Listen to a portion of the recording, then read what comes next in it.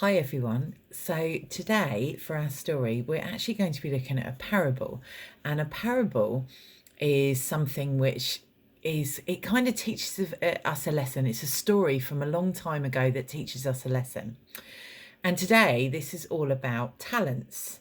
So hopefully you know what a talent is. So a talent is like a gift that you have, something that you can do really, really well.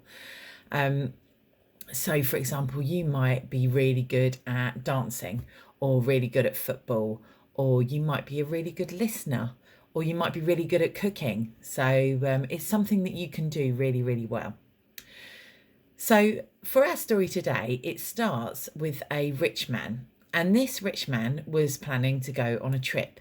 And he decided that what he was going to do was he was going to give some of his possessions to some of his servants to look after while he was away. So he went to his first servant and he gave his first servant 5 coins. Okay.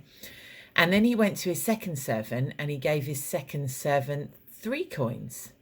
And then he went to his third servant and he gave his third servant 1 coin.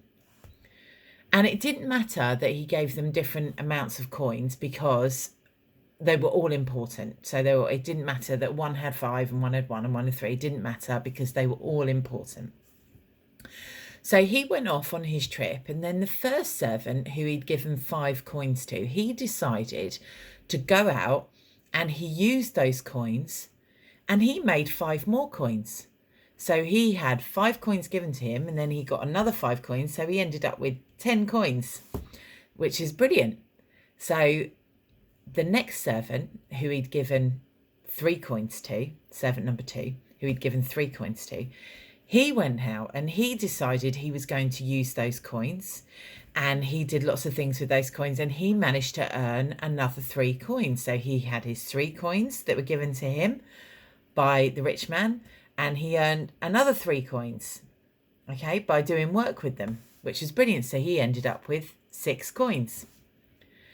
And then it came to the third servant, and the third servant, who had 1 coin, but it was still a very important coin, he decided not to do anything with his coins. And what he did was he went away and he dug a hole and he put the coin in the hole and he buried it because he didn't want to do anything with it.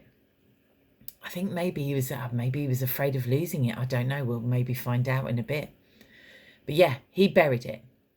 So some time went on and the rich man came back, and he went to his first servant's house and he asked him for his 5 coins back. And the servant said to him, "Oh, master, here you go. Here's your 5 coins that you've given me, but I've actually made you another 5 coins because I used them and I got 5 more." So the rich man, he was delighted. He gave his servant a big pat on the back and he said, "This is fantastic. This is really good work.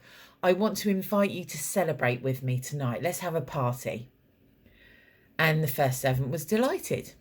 And then the rich man went to his second servant's house and he knocked on the door and he said, "Oh, I'm back from my travels and I've come to get my 3 coins."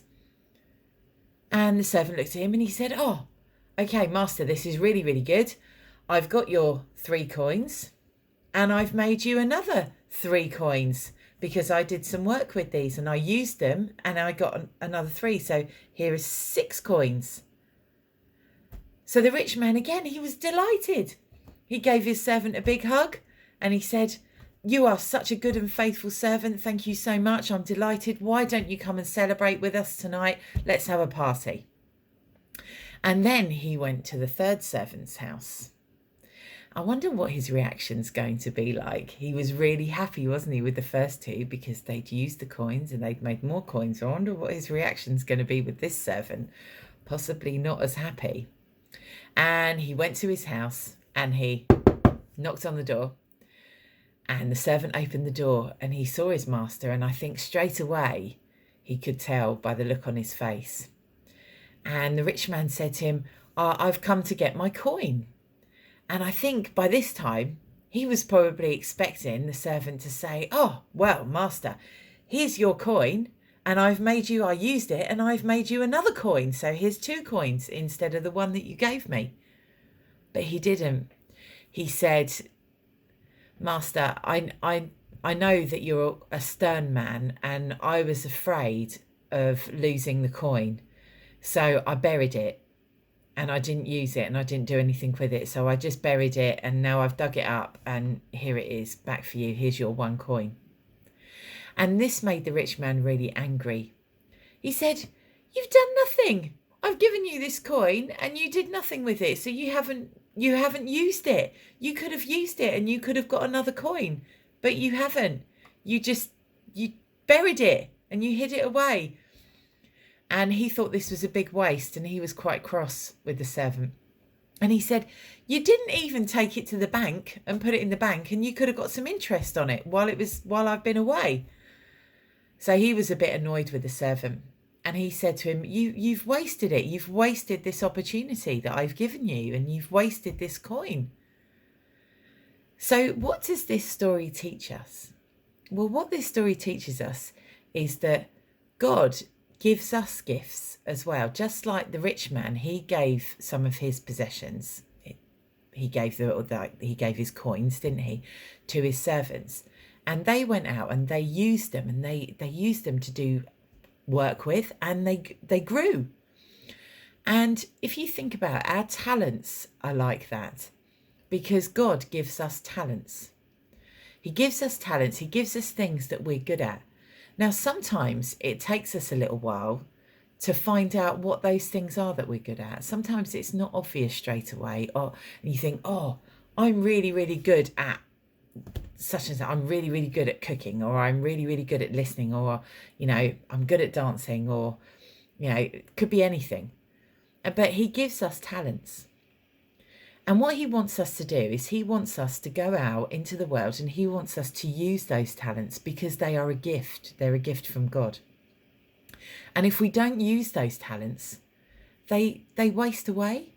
They don't grow. They don't get any bigger. And that's a really sad thing, isn't it? Because just like the third servant who buried the coin and didn't do anything with it, so no good came from it, that can happen with our talents. If we bury our talents away and we hide them away, nothing good can happen from them. So I wonder what talents God has given you. I wonder if you know what talents you've got, or maybe you're still trying to find out what you're good at. And that's okay, because through different experiences in your life, you'll find out things that you're good at. But I bet every single one of you right now can think of at least one thing that you're really good at. And what God wants you to do is he wants you to try and use that talent in the world to make the world better and to help people. And it doesn't matter what that talent is. It doesn't matter if you think that talent is a really, really small talent. It doesn't matter. You don't have to have 5 talents like he gave the servant 5 coins. You can have one thing that you're really, really good at, but try and use it for God. Try and use it for making the world a better place, and don't hide it away. When I see you all, which hopefully will be soon, but when I see you all, hopefully we'll be able to have a little chat about some of your talents and I can find out from some of you what you're really, really good at. Take care, everyone, and I'll see you soon. Bye.